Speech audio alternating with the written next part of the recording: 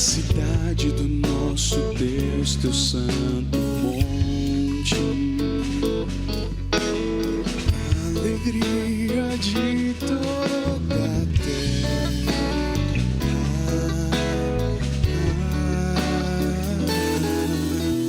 Grande é o Senhor em quem nós temos a vitória, nos ajuda contra o inimigo. Por isso diante dele nos prostramos.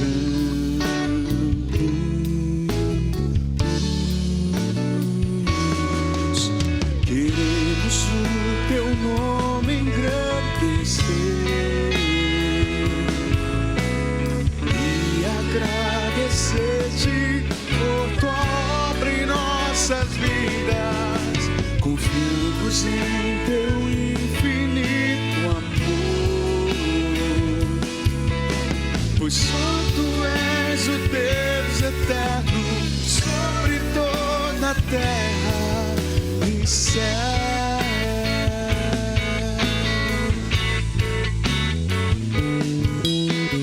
Grande é o Senhor, digno de louvor, na cidade do nosso Deus, teu santo monte, alegria de toda a terra.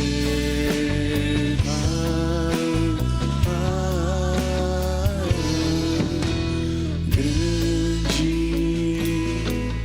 é o Senhor em quem nós temos a vitória e que nos ajuda contra o inimigo. Por isso diante dele nos prostramos.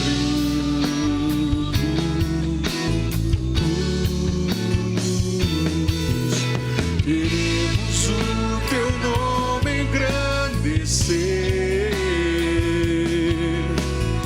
e agradecer-te por tua obra em nossas vidas. Confiamos em teu infinito amor, pois só tu és o Deus eterno sobre toda a terra e céu.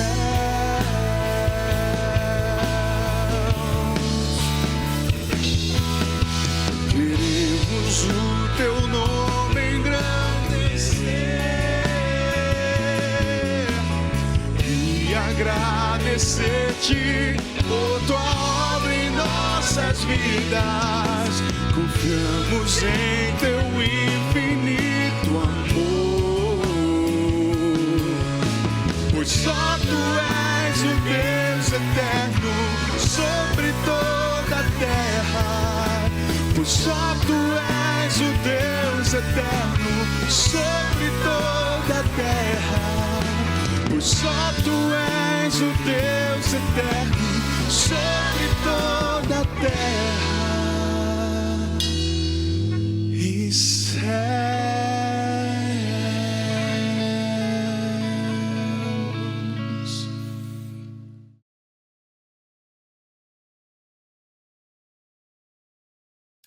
Olá, meu irmão, minha irmã da CIB, tudo bem? Prazer estar com vocês. Agora, para a gente retomar os estudos dos cultos de quarta-feira, aquele culto familiar que você se reúne com sua família ou usa como uma forma de devocional semanal aí também. Agora, iniciando um novo estudo, num novo livro. A gente vinha estudando até a última semana o livro do Paul Tripp, Admiração. Finalizamos, o pastor Denis fez o último estudo na última quarta-feira, certo de que Deus abençoou muito a nossa vida e nos ensinou muito através desse livro, e agora a gente começa com um novo estudo nesse livro aqui, Humildade, Verdadeira Grandeza, do C.J. Mahoney. Um livro que vai nos desafiar a olhar para nós mesmos, refletirmos como nós nos enxergamos e como a palavra de Deus em nós nos enxerga, e como a gente precisa equalizar esses parâmetros para tentar olhar para nós mesmos como a própria palavra de Deus olha. O que é humildade? O que significa isso? Como buscar essa humildade em contrapartida? Como rejeitar o orgulho, que é algo que parece que vem tão naturalmente dentro de cada um de nós? Como nas nossas atividades, nos nossos afazeres, nos nossos deveres sociais e culturais, nós devemos agir de tal forma a nos mantermos humildes. E o que quer dizer isso? O que significa ser humilde? Tudo isso a gente vai olhar ao longo desses 12 estudos que vamos acompanhar nesse livro, hoje de maneira bem introdutória, olhando de uma forma mais panorâmica para esse conceito de humildade. Já no primeiro capítulo, o autor vai dar o título de Promessa da Humildade. O que Deus fala sobre a humildade, o que Deus fala sobre os humildes e o que Ele promete para eles. Parece que nas Escrituras há muito se falando sobre humildade e como Deus, encontrando isso nos homens, os abençoa. Então, acompanhe comigo alguns versículos que falam sobre isso.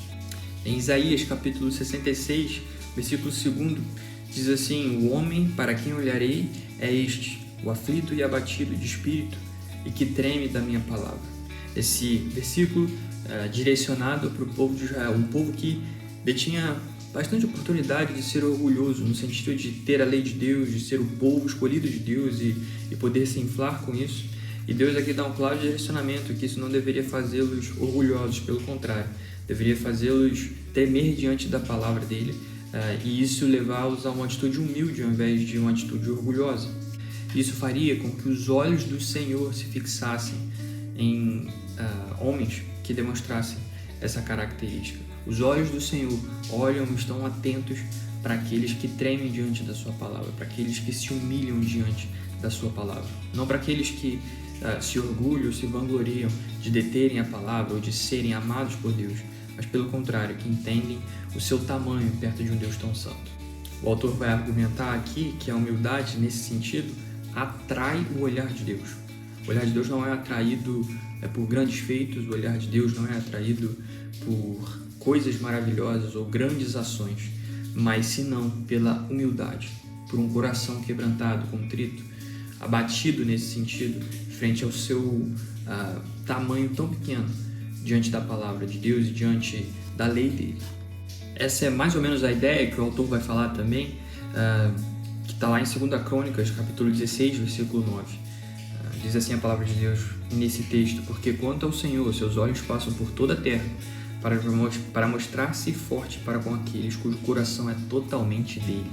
A ideia aqui é como se a imagem fosse dos olhos de Deus passando pela terra, olhando, sondando, procurando aquele cujo coração está contrito, abatido diante de Deus, no sentido de entender o seu tamanho perante Ele. E isso é o que a Bíblia vai chamar de humildade, uma humildade que atrai o olhar de Deus. Além disso, é claro, o texto famoso, Tiago, capítulo 4, 6, Deus dá graça aos humildes. Essa é uma promessa, né? Os humildes receberão graça de Deus, e dentro desse espectro de promessas dadas àqueles que são humildes, está basicamente a graça, o olhar do Senhor atraído a nós, a graça do Senhor derramada sobre nós. Essas são promessas que só a humildade pode nos oferecer quando nos deparamos diante de um Deus tão maior que nós. E essa é a definição de humildade que o autor vai trabalhar ao longo desse livro como um todo e que ele vai expor aqui de primeira, lendo diretamente das palavras do autor. Ele usa a seguinte definição: humildade é avaliarmos a nós mesmos honestamente à luz da santidade de Deus e da nossa pecaminosidade. Humildade é avaliarmos a nós mesmos honestamente à luz da santidade de Deus e da nossa pecaminosidade. A ideia aqui é que a gente faça essa reflexão com base nesses parâmetros. Comparado a outras pessoas, comparado ao que o mundo nos pede, talvez nós cheguemos a algum tipo de conclusão diferente. Mas esse não é o padrão que Deus pede de nós. A nossa régua de medir precisa ser a sua palavra. E por isso essa autoavaliação, ela falha quando ela não usa a palavra de Deus como régua. Por isso Ao longo desses estudos, e a minha petição e a minha oração para cada um de nós é que a gente vasculhe os nossos corações, buscando o que a palavra de Deus e o que a santidade de Deus tem a nos dizer sobre quem nós somos. Que com base nisso a gente encontre a verdadeira humildade. Não com base nos nossos preceitos ou naquilo que a gente imagina ser uma boa atitude para lidar no mundo atual. A gente precisa olhar para Deus, olhar para a sua palavra e buscar ali os parâmetros pelos quais nós devemos fazer essa autoavaliação. Isso vai nos direcionar a não fazer nada para melhorar por nós mesmos, mas a quebrantar o nosso coração e depender e desejar da graça do Senhor, que é o único que pode nos transformar e nos trazer essa humildade e com ela todas as suas promessas.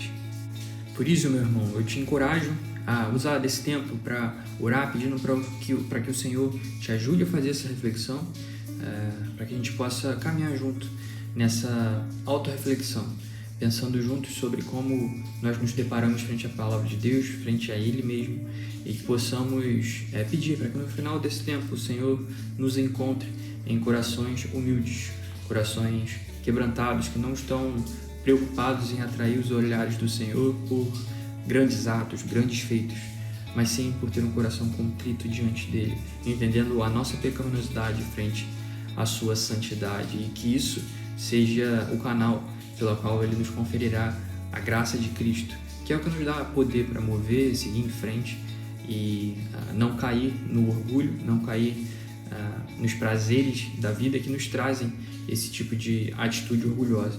Pelo contrário, que a gente possa depender do Senhor e encontrar nele a graça necessária para viver humildemente na nossa família, na nossa igreja, no nosso trabalho, onde quer que nós estejamos.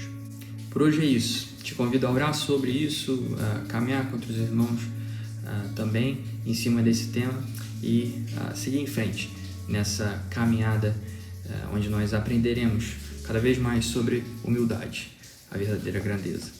Deus abençoe. Até a próxima.